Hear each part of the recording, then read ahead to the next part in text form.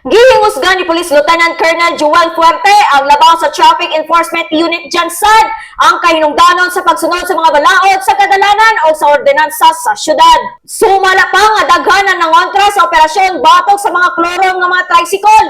Apan iyang gingon nga legal o bangayan kini nga lakang alang sa kaluwasan sa publiko. Dugay na usab na nawagan ang lokal nga pagamhanan ngadto sa mga driver o operator nga magkuha og prangkisa aron malikayan ang pagdakop. Gipasabot ni Fuerte nga mas maayong mamasada kung adunay legal nga prangkisa kay kini naghatag og kasiguruhan sa kaluwasan sa driver, operator o mga pasahero. Gibutyag sad ni Fuerte nga gawa sa kakulang sa prangkisa, daghang mga paglapas ang ilang nadiskubrihan sama sa pagmaneho gamit ang expired nga lisensya, pagsulob og tsinelas samtang nagmaneho o ubang kalapasan batok sa Land Transportation and Traffic Code.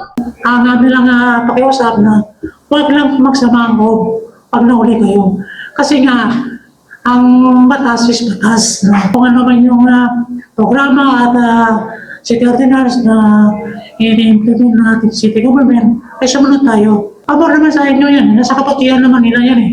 Kasi kung anak buhay mo ay mamamasada, so gawin natin legal para hindi tayo makapag ng penalty. Kasi malaki ang penalty pag once na uli ka na koloron yung mga presidente mo. Ang PEO padayon nga naghimo og mga operasyon aron masiguro ang gustong pagdumala sa trapiko o pagsunod sa tanang sumbanan sa kaluwasan sa kadalanan.